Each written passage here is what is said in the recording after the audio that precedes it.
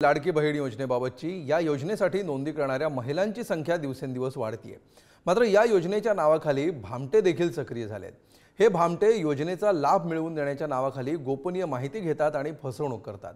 असे अनेक प्रकार आता समोर येत आहेत। पाहूया याविषयीचा एक रिपोर्ट।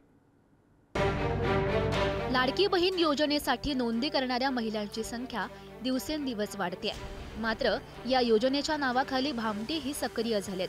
हे भामटे योजनेचा लाभ मिळवून देण्याच्या नावाखाली गोपनीय माहिती घेतात आणि फसवणूक करतात। असे प्रकार समोर आलेत।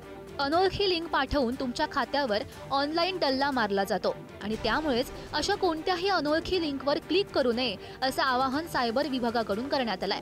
ही लिंक जर तुम्ही डाउनलोड केली तर मालवेअर किंवा व्हायरसद्वारे मोबाईल किंवा संगणकाचा ताबा घेऊन भामटे तुमची संवेदनशील माहिती मिळवू शकतात।